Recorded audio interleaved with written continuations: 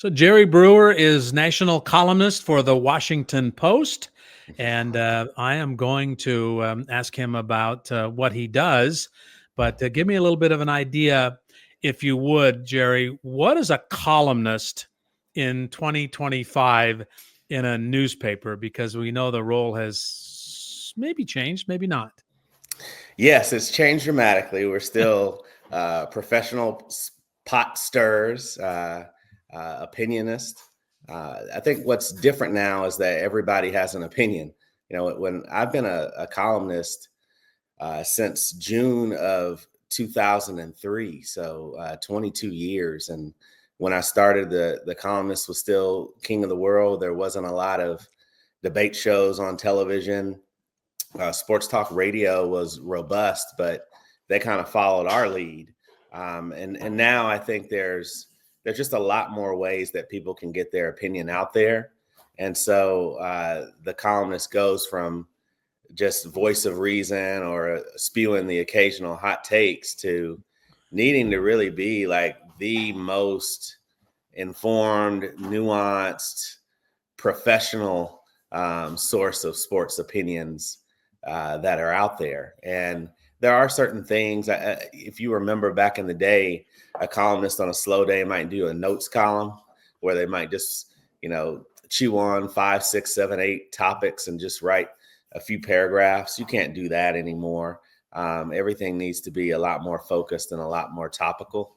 And another thing that's changed a great deal is just the expertise of beat writers and really leaning into their analysis, which is quasi opinion, and their informed takes being around the team every day have a lot more depth than a columnist who's a generalist who bounces from place to place to place and may see a local team once, maybe twice a week if they're lucky. And so their level of depth, our level of depth isn't what it would be. So that's changed the game as well. Like I think one of the big differences is just you really have to understand who you are as a columnist, what you truly value, and not try to write and touch upon everything, but really write about the things that are going to be incisive for you and for the readers. What are then, if you can sum it up, are Jerry Brewer's values? First and foremost, I value human beings. I have a very humanistic writing style. I think everything in journalism is about curiosity, about people, about what people are doing, about who it's affecting. Sports is an interesting stage because entire lives play out like in front of thousands of people. You may not know, maybe you do with me because I write, but with most people, you don't know from day to day whether they had a good day at the office or not. In sports, particularly the major sports that we watch the most, you have a clear understanding of how they had a good day or not. And so how to write about their lives, but then also like explore the culture that's around sports and how it connects and often foreshadows what's happening in our society, in our country, and in the world as a whole. Like those are the things that I really, really enjoy doing. Like any sports writer is going to be a stats nerd who can tell you about, why this player is good or why this player is bad. We all have our little things that we're obsessed about. But in order to write every day or every other day about something, you have to have like a wide range of interest. And so I try to really, really show you where sports intersects with all phases of life. How has the assault, and I don't think that's too strong a word, on DEI impacted what you do? It's interesting because now outside of a few athletes, like Emmitt Smith has been really big on staying away from or challenging his alma mater, the University of Florida, for their anti-DEI policies.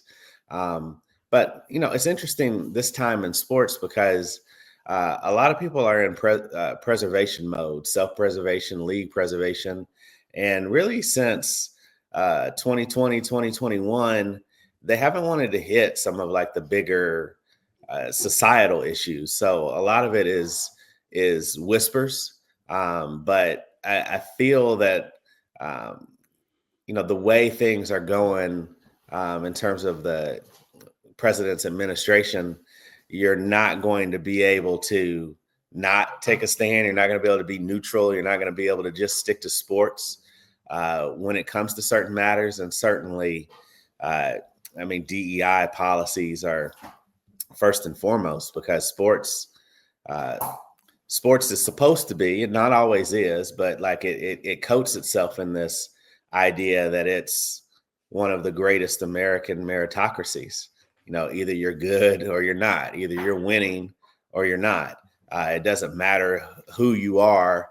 If you can play, you can play. And certainly, like I think in some of sports' greatest moments, the power of diversity has really shined through. However, the power systems, the way the institutions function in sports are no different than they are for the rest of American society. And so there's always been a lot of tension there. And right now, it just seems like we're in this mode of let's keep the athletes in their place. Let's just be quiet and let's make as much money as we possibly can. And I wonder how much longer we're going to stay in that mode. Were you at all surprised to learn that the Spike Lee, Colin Kaepernick documentary was taken off the ESPN programming plans? No, I'm not. I figured there would be some kind of creative tension between the way Spike Lee tells stories and what a self-actualized person Colin Kaepernick is, and how involved he is, and how careful he is about what he shares and how his narrative is shaped. What I'm interested in is this ESPN partnership with the NFL essentially being a small minority owner in ESPN, and how much they're going to be able to dictate ESPN's coverage. Now, the NFL has told you, no, it's just business as normal. We're not going to butt in. And ESPN has said, we're going to do what we do. But it's very, very clear, especially now that we're in this new world of a new television contract, and how with streaming, how much pressure there is on linear television networks to keep these partnerships strong. It's very, very clear that there is this implication, at least, that you want to play nice with your new business buddy. And I think there's like a whole cocktail of factors into why it isn't being produced. But it's very, very curious that here we are within the first 2 weeks of that new agreement, that one of the things that would be the most unflattering portraits of the NFL has now been expunged from ESPN. And that's the Kaepernick story. Right? Yes. That's what you're referring to. Yes. Yeah. Well, thank you for that segue, because I wanted to ask you about that partnership, and clearly there will be some conflict of interest. Do you think the general audience cares, worries at all about conflict of interest in that regard? They don't until they see it really clearly, and it's dangerous, because I think ESPN is such a powerful force in sports journalism. But really, over the last decade, ESPN has done less and less journalism, and it's been more entertainment or just sports direct to programming type of a production. And it's incredibly concerning. And I think these leagues, these deals are so big, there's so many billions on the line that gives them just kind of an outsized power in framing the way that they're talked about. And there's always this fear. You would think, is the bubble going to burst? Well, I mean, I think for television, especially, like, they need that sports programming so much that they're willing to do a lot of things that are conflicts of interest just to keep that partnership strong. And I do see the diminishing of classic journalism principles at ESPN, and that's concerning to me. And we have friends, maybe for you, maybe former associates. I mean, I have friends who do investigative journalism at ESPN, and I worry about not only their jobs, but their ability to do the kind of work that has made them names there and has made a difference, right? And looking at the NBA and Rwanda, for instance. The NFL Players Association has been in the news, but maybe not the NFL in that way. So yeah, I really worry about the biggest animal in the kennel, ESPN. I don't know. I'll find a metaphor if I keep thinking it long enough. Right? the biggest one, and now they're with the biggest. Not just a sports machine, but just one of the biggest business machines in America, the NFL. Yeah, absolutely. The deepening of that relationship is not going to be good for truth telling as it relates to the NFL. I mean, I think about Don Vannatta. I think about Seth Wickersham. Mm-hmm. Yeah. I think about Tisha Thompson. Some of the stuff that ESPN has done, particularly taking you inside of the way that owners think and the conflicts. It's been some extraordinary journalism. And I wonder the next time that there is some kind of conflict at the ownership level, and they're going to write something that's very unflattering. There are now like avenues where they're going to hear back, more than they were before. And it's going to be like, am I talking to the NFL, or am I talking to essentially an executive producer? Yeah. And that concerns me greatly. And where do you think that journalism, if it's lost there, and it certainly is going to be diminished, where is that journalism going to come from? Well, obviously I work at the Washington Post. So yes. I know we're going to continue to do as much as we possibly can do. The Athletic has a really good investigative arm as well. There's still, even as Sports Illustrated has diminished, there's still some great journalists who do wonderful work there. USA Today, but Wall Street Journal every once in a while, like particularly when it comes to business matters. But, it used to be that a great investigation could come from so many different corners.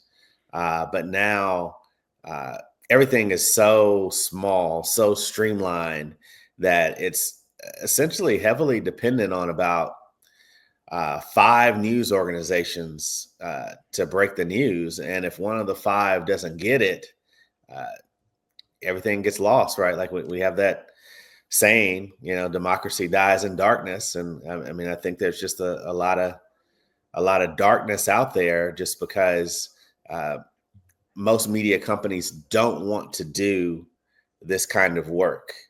It's the kind of work that requires like a lot of money paid to lawyers, a lot of threats of litigation, a lot of bullying that you have to stand up to. And I just don't think that when your partner is the bully, right. You're not going to stand up to the bully. Yeah. You're going to just like hide behind the bully. And it seems like in some cases, there's going to be a lot of pressure on ESPN to do that. Yeah. For a variety of reasons, Jerry, you've lost some considerable talent at your newspaper, not just in sports, but in other places. I mean, Sally Jenkins certainly is sort of the top of that part of that conversation. But losing those kinds of journalists, what does that do to your business? Yeah, there's a lot of institutional might that is lost. There's a lot of knowledge and expertise. They call it the brain drain for a reason. There's a morale, a loss of morale, just a kind of a spirit that we have to get back. I will say from my place, we're still overflowing with talent. I know that we have lost 15, 20 of the most recognizable names in journalism in their field. Sally was just a great support for me. I could just kind of be essentially a boutique columnist because I knew she was going to handle all of the big stuff. But it happens. So one of the things that Sally told me when she told me that she was leaving to go to the Atlantic, is she was like, something similar happened to me in the early 2000s when Michael Wilbon and Tony Kornheiser went full time to ESPN, and all of a sudden I had to step up. She's like, this is your time to do that. You don't have to. My shadow is not going to be cast over you. And so I kind of have that kind of mentality and spirit that there's still like a lot of great journalism that we do every day at the Washington Post. We have to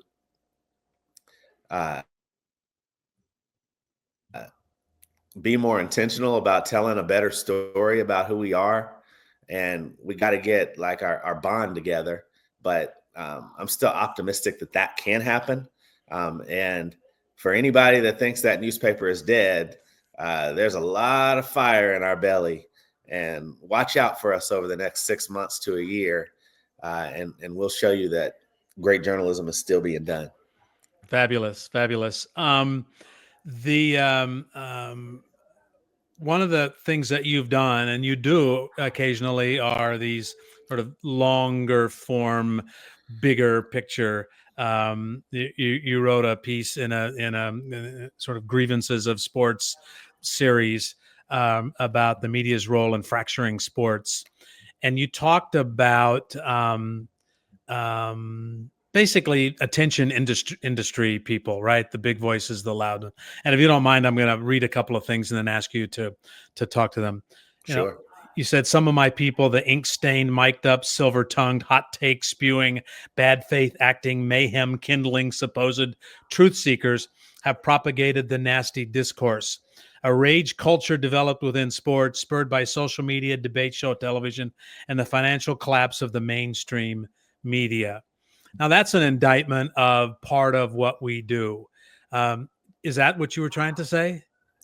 Yes, absolutely. I mean, I think one of the worst things that's happened to us is that now we have more metrics, and sometimes we, I'm a big believer, like in baseball, right? Like you have to combine analytics with common sense, that it's a reference point, not religion. And I think now we can measure, particularly in our web traffic, how we're doing. And a lot of times the answer often becomes like, instead of like giving people good journalism, which is a good balanced diet, we're just like, let's just give them snacks, because we know people will eat these Twinkies and these Oreos and these potato chips, and they will drink all of these sodas, and that's all like the snacky journalism is what we give them. And then we wonder why no one pays attention when we have something serious that we want to offer as well. So I think we're training, I think in a lot of media, not just sports media, we've trained people that it's okay that you have a bad attention span, and we'll do everything in our power to meet you where you are, instead of trying to elevate your mind for something more responsible. I think it's it's a balancing act. Mm-hmm. And I'm not saying that there isn't a place for a few snacks a day, but all of a sudden, like if you've had 6 snacks and no meal, you're malnourished. And I think we're just contributing to the malnourishment of society by feeding people what we think they want. And yes, like we are in this attention economy, and that is the most valuable thing that you can have, is to have someone who can get people's attention, who can break through the noise. But we don't always have to be louder, and more of a caricature of ourselves in order to meet those goals. I just wish that we were smarter about this. And I wish that we stood more on our values and our principles. I think that we would benefit society a lot more. And I think people would still be entertained. Yeah. You went on to say, acting on the impulse to be louder, some messengers hankered to build their personal brands and made them less interested in accuracy, logic, and fair-mindedness than in being noticed. Sometimes it required them to become merchants of dissension because it's more beneficial to rile the crowd. Does this include the television talking heads screaming at each other? Or maybe that's who you were talking about. I don't know.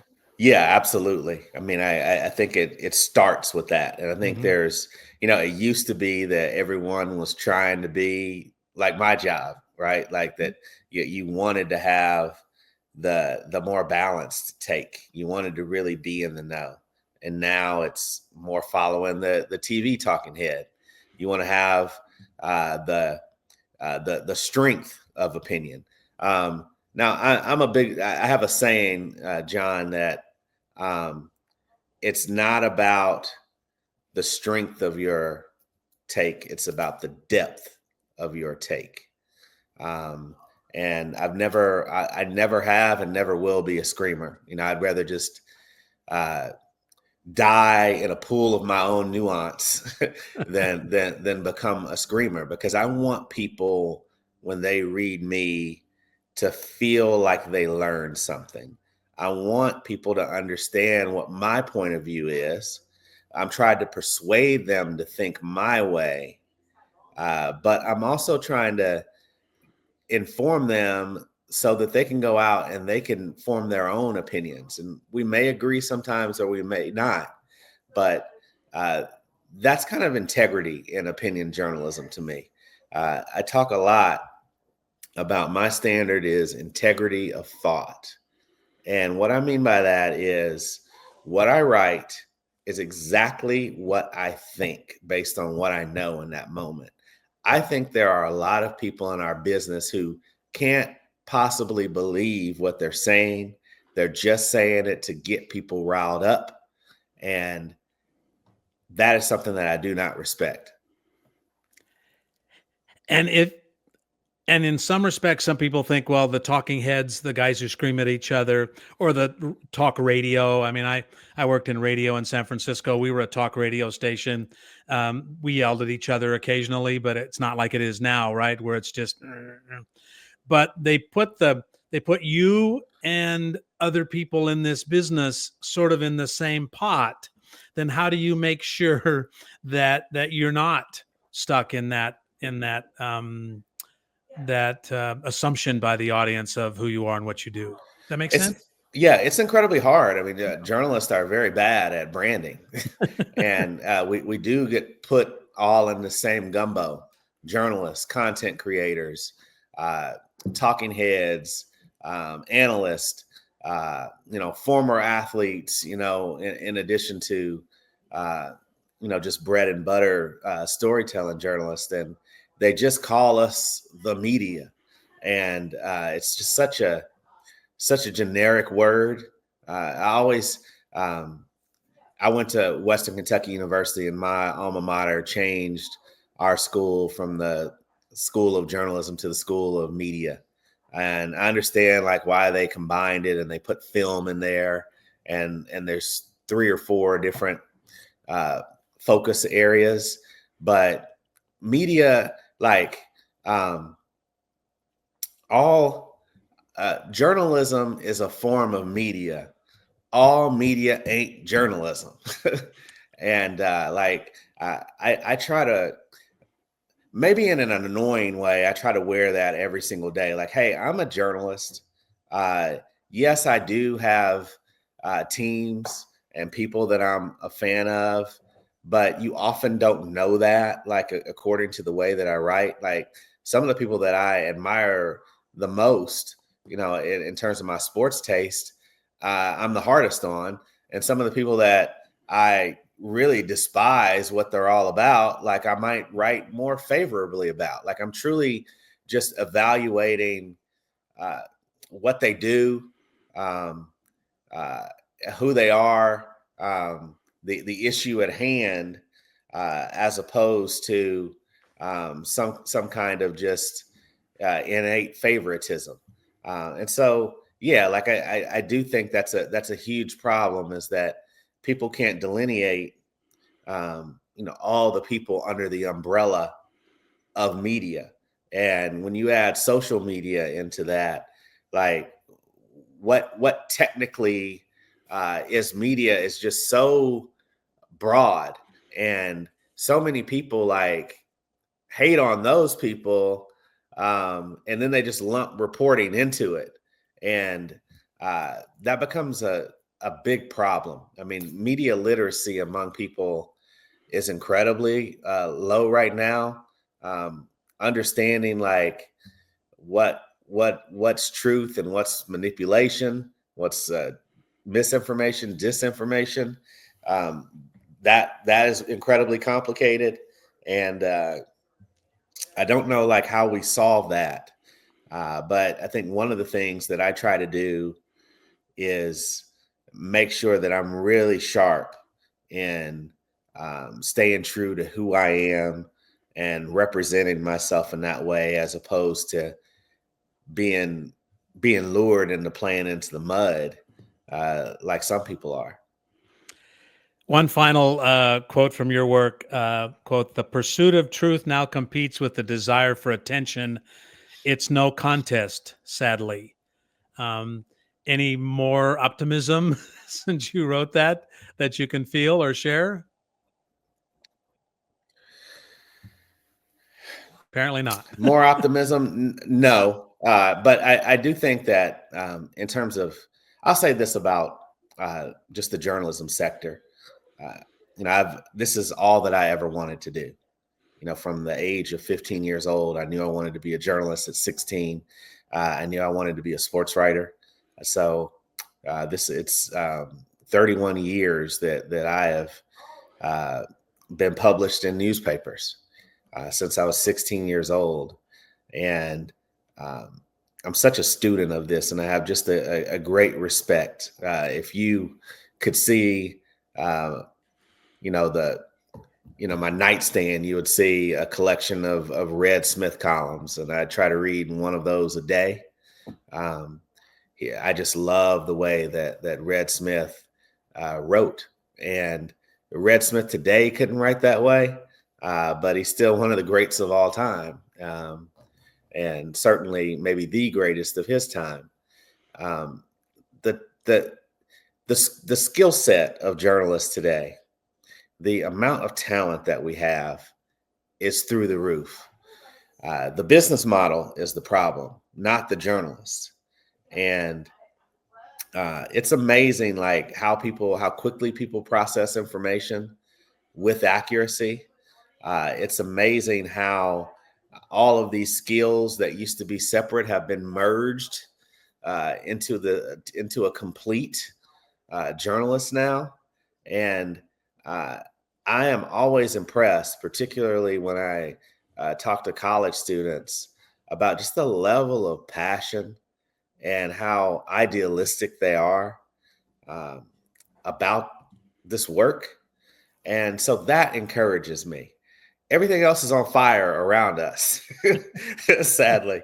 But I do think just the skill set and the character of the people um, is at a point in which, like, there's still hope. There's definitely still hope. And all that I try to do is just have people turn that passion into a level of resilience, because that's what it takes to survive in this business. But we're learning things that can kind of help us if we can somehow tread water for a little bit more and understand like how our journalism needs to meet today's technology. Before I get on to the last couple of questions I have for you, what is it about Red Smith's work that touches you and now? I think one of the greatest skills that a sports columnist must have is the ability to meet the moment. You have to write the big event well. And, and these are events that people remember for their entire lives. They can tell you exactly where they were when certain things happen. And when you read Red Smith and you think about all the things that were going on in his day, he had just a tremendous ability to meet the moment. A poet, as a writer, the way that he formed sentences just blows my mind. Now, some of his takes, he was wrong about Muhammad Ali about 9 times out of 10 on columns. But I'm never a belief in like right or wrong. It's about like expressing your opinion, and the craft and the flair of writing and the love of language. And, as things change, I start to feel like we get away from that a little bit. And love of writing doesn't mean you have to have this flowery prose all the time. But I still feel like writing and reading is some grown-up stuff. And, I'm 47 years old and I want to be a grown-up. And so like, I don't want to read it on my phone. I don't want it TikTok to me. I want to sit there and I want to write things that stand the test of time. And certainly, like when I read like Red Smith on a baseball game and I'm thinking about going and covering the baseball playoffs, I'm like, man, I just want to write a modern day version of this that can live as long as his collection of columns has lived. Yeah. To be fair to Red Smith, there are a lot of people who were wrong on Muhammad Ali, especially in the early years. Everyone, right? Like almost everyone, right? Yeah. So, what place do you think does social justice advocacy have in journalism, sports journalism today? Advocacy, it's interesting because like it feels like, when you talk about social justice in terms of fairness in the world, people want to make you out like you're this advocate journalist as opposed to you're just kind of depicting human decency. And so I think there's a role like you always want to like whoever has like the least power. You always want to think about them in your work and in your journalism. And the one thing that we do incredibly well in print journalism and written journalism is really examine systems, because it's easy to say there's a lot of crime in this neighborhood, but really digging deep into the why and how we have created society and what we have done that has made this a problem spot. Like that's what journalism is really about. And so in terms of social justice, there's still like an overwhelming people in America, for instance, who just don't really believe that police brutality is a thing. And it's amazing how George Floyd happens. And, for 6 months, maybe even a year, it was something that was top of people's mind. And then now they're back in this mode of like, it's not really a thing. If anything, we need to be, harder, all of a sudden President Trump is sending the National Guard to DC to be tough on crime, I guess. And it takes a journalist to say, wait a minute, like, if you think this is wrong, here's why, right? Or here's the things that people haven't considered that are connected to this issue. And for society to be better, like, we can't leave people behind. There's so many things that you might consider, like, advocacy in nature. Like, I mean, I'm thinking about, education and certain things like that, that people might look at it like it's some kind of advocacy, but really it's about just like trying to examine the systems that are hindering, a more equitable lifestyle for all Americans. And that's what we're trying to do. Like, I never like go out and say, I just want to write about spoiled white owners not hiring Black coaches, right? I don't look through it at that lens. I look at it more from the standpoint of the NFL is, always sometimes around 70% Black, has been that way for decades and decades, and we still haven't had 30 Black head coaches. Why? And then examining the why, I think you get to some greater truths, and some truths that people really don't want to hear. But it's not necessarily advocating for Black coaches as it is saying, like, do you understand, like, what's wrong with the system that ignores people who are right in front of their face? Yeah. Yeah. In the last stages of the first quarter of this century, newspapering is print, but it's on your phone, it's on your computer, it's on wherever you can get it.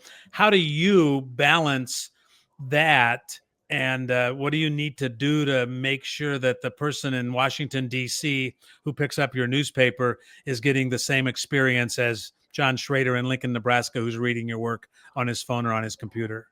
It's incredibly difficult, but like, one thing is remembering that we're not one size fits all anymore. And, if you want people to, you have to look at yourself as, like, really just this kaleidoscope. And your journalism is going to hit one way on social. It's going to hit a different way if somebody's like reading you on their computer, a different way when they're looking at it on your phone, a different way when they're picking up the newspaper. You got to think about getting your workout on video, which we I think are really going to try to invest in doing, like, even more regularly. Getting your workout in audio form. And so many people tell me, they love it when I do a project where I read my own work with an audio producer, and they're like, "Oh, I read your column." No, I was actually walking and I listened to you read your column. And so just think, at first you're like, man, I'm a writer. You need to be sitting down and digesting my stuff. You need to be at a dinner table or something. But getting off of your ego and just realizing, like, the only thing that matters is that the information that you have to provide is out there, and that you're reaching people. That's the gold standard. And like, it asks more of us than it ever has before. And it's harder work. And like, our metabolism has to be that much better. But when you see something like that really hit, the rewards are so great. And the things that you're learning, it feels like I'm in college every day at work. And that feels good, because the best time that I ever had practicing journalism was in college. How often do you write, and how do you and your editors decide the kinds of things that you should be focusing on? Well, right now, presently, not enough. But it's the end of summer. But as college football and NFL season hits, I write about 3 times a week. I think probably on average throughout the year, like twice. I'm somewhere around 100, 120 columns every year. And, sometimes like I want to write every day. Sometimes I want to step back and consider an issue. Like I'm a big believer in changing the column format. I like to dissect an issue. Like you talked about the grievance game series that I did that was fortunately was a finalist for the Pulitzer in commentary. That was something where it was like, you know what, let me take the better part of 3 months out of the column rotation and let's really chew on and dissect this issue. There's other issues that I want to do. There's some stuff I'm developing around women's sports, some stuff I'm developing that might feel more like journalism criticism to you than it does like commentary, really using sports as like the way that people look at sports, the way like a film critic would, or the way an arts critic or fashion critic would, and really connecting that to cultural criticism. That's something that I'm looking at doing as well. And so I think the days of just like your columnist writing, that same 800, 900, 1,000 words, and you can kind of predict what he's going to write about by what's happening, especially with your local teams. I think those days are over. You got to mix it up. And I'm really excited about trying new things to mix it up, because I just want this tradition to last. I mean, it's one of the great traditions in journalism. One of the reasons I've written a column for 22 years is that even when you get good at it, you never master it. The next column, no matter how great your last column was, the next column is really hard and you don't know if it's any good. And that keeps me excited every morning. It humbles me greatly. And, I just, I can't wait for what each new week is going to hold. And you're working at a place that encourages you to do these kinds of things and try to be innovative, right? Yes, absolutely. Like I'm really fortunate to work at a place that has known Tom Boswell, Michael Wilbon, Tony Kornheiser, Sally Jenkins, Dave Kindred going back. I mean, the tradition just goes on and on and on. And I try to honor that tradition. I want to do something that in my own way keeps them alive. And I don't compare myself to any of those greats. I just try to do my own thing and hope that my own thing lives up to them. Well, Jerry, thank you very much for the time. I enjoy your work. I appreciate you giving me the time and sharing with me and with us some of the things you do and how you do it. And I look forward to more of these kinds of new ways of sharing what you have to say. Oh, well, thank you. It was my pleasure. I appreciate it immensely. Jerry Brewer, columnist and more, if I can put it that way, for the Washington Post.